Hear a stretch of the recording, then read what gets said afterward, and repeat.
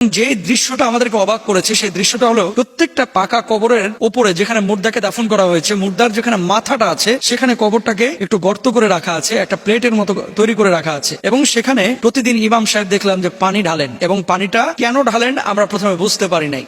জর্ডানের একটি বিষয় খুব অবাক করেছে আমাদেরকে।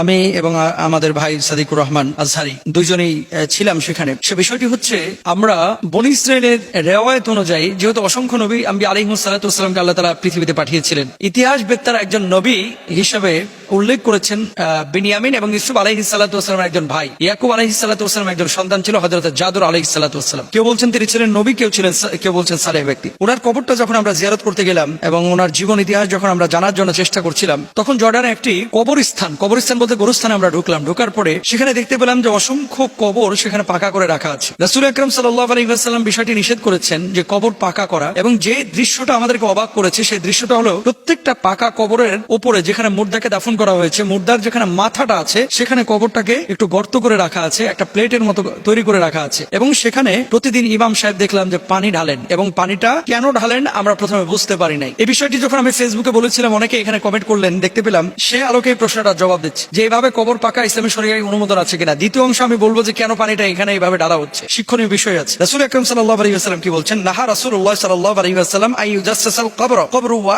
ইউকাদা আলাইহি ইউবনা আলাইহি। আল্লাহর হাবিব সাল্লাল্লাহু আলাইহি ওয়াসাল্লাম বলেছেন যে কবর চুনকাম তোমরা করবে না। রাসূল আকরাম সাল্লাল্লাহু আলাইহি ওয়াসাল্লাম নিষেধ করেছেন, কবরের উপরে বসতে নিষেধ করেছেন, এবং কবরের উপরে ইমারত বা ঘর বানাতেও আল্লাহর হাবিব সাল্লাল্লাহু আলাইহি ওয়াসাল্লাম নিষেধ করেছেন। তাহলে এখানে কয়টা কথা? এক নাম্বার, কবরের উপরে চুনকাম করা, কবর পাকা করা, কবরকে ঘিরা, এগুলো জায়েজ নাই। এখন প্রশ্ন জাগে, তো এই কবরের উপরে অনেকেই তো দেখা যায় অনেক সময় শিয়ালে লাশ টেনে হিজড়ে ছিঁড়ে ফেলে, এবং অনেক কাফন চোর আছে, অনেকে আপনার লাশ চুরি করে, এবং মেডিকেল সায়েন্স নিয়ে গবেষণা যারা করেন তাদের কঙ্কালের প্রয়োজন হয়, এই লাশ চুরি করে অনেকে কঙ্কাল করে বিক্রি করে। বাংলাদেশে এমন ঘটনা কিন্তু অনেকবার ঘটেছে। তো এসব ক্ষেত্রেও কি কবরটা আমি ঘেরতে পারি না? দেখেন, এসব ক্ষেত্রে এখন কিন্তু সিসি ক্যামেরা আপনি লাগা রাখতে পারেন গোরস্থানে, পুরো গোরস্থানে, তাহলে চুরিটা রোধ হবে ইনশাআল্লাহ। দ্বিতীয়ত, শিয়ালের উৎপাত থেকে বাঁচার জন্য আপনি বেড়া দিয়েও কিন্তু ঘিরতে পারেন, ঘিরে এটা পরবর্তীতে ভেঙে ফেললেন। এখন কথা হচ্ছে, এভাবে চুনকাম করা বা পাকা করা আল্লাহ রাসূল সাল্লাল্লাহু আলাইহি ওয়াসাল্লাম অনুমোদন করেন না। দুই নম্বর হচ্ছে, কবরে বসে বসে অনেকে আড্ডাবাজি করে, এটাও জায়েজ নাই। তিন নম্বর বিষয় যে আল্লাহ রাসূল সাল্লাল্লাহু আলাইহি ওয়াসাল্লাম বলেছেন ইবারত নির্মাণ করতে, বাড়িঘর নির্মাণ করতে। ওয়ালাকাদ কাররামনা বানি আদম, বনি আদমকে আল্লাহ সুবহানাহু ওয়া তাআলা সম্মানিত করে বানিয়েছেন। এখন কেউ যদি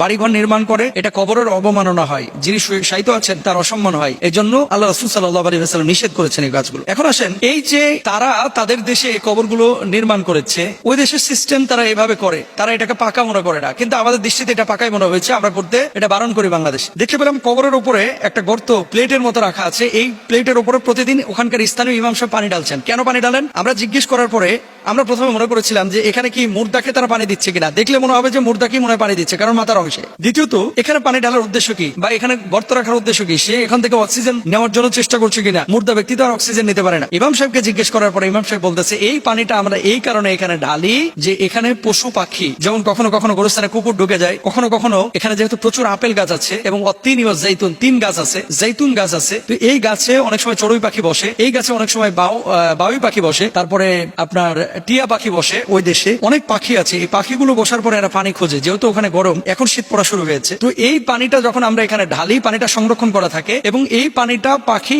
এসে এখান থেকে পানি গ্রহণ করে, কখনো কখনো কুকুর এসে পানি গ্রহণ করে। তো এরা, এই জর্ডানের মানুষ মনে করে এটা সওয়াবের কাজ। হ্যাঁ, আপনি পশু পাখির জন্য যে কোনো জায়গায় বাটি রাখতে পারেন, পশু পাখির জন্য যে কোনো জায়গায় রুটি রাখতে পারেন, পশু পাখির জন্য যে কোনো জায়গায় আপনি খাবার রাখতে পারেন। আরব বিশ্বের একটা জিনিস আমার খুব ভালো লাগে, এটা তুরস্কেও দেখেছি, আপনাদের হয়তো বা এটা ভালো লাগতে পারে, আপনারা করতে পারেন। বাসার যে উচ্ছিষ্ট খাবার যেটা বেঁচে গেছে, এই খাবারটা নিয়ে যে আপনারা ছাদের কোনায় যেখানে বিড়াল আসে, অথবা বাড়ির বেলকনের কোনায় যেখানে পাখি আসে, এই খাবারটা কিন্তু রাখতে পারেন।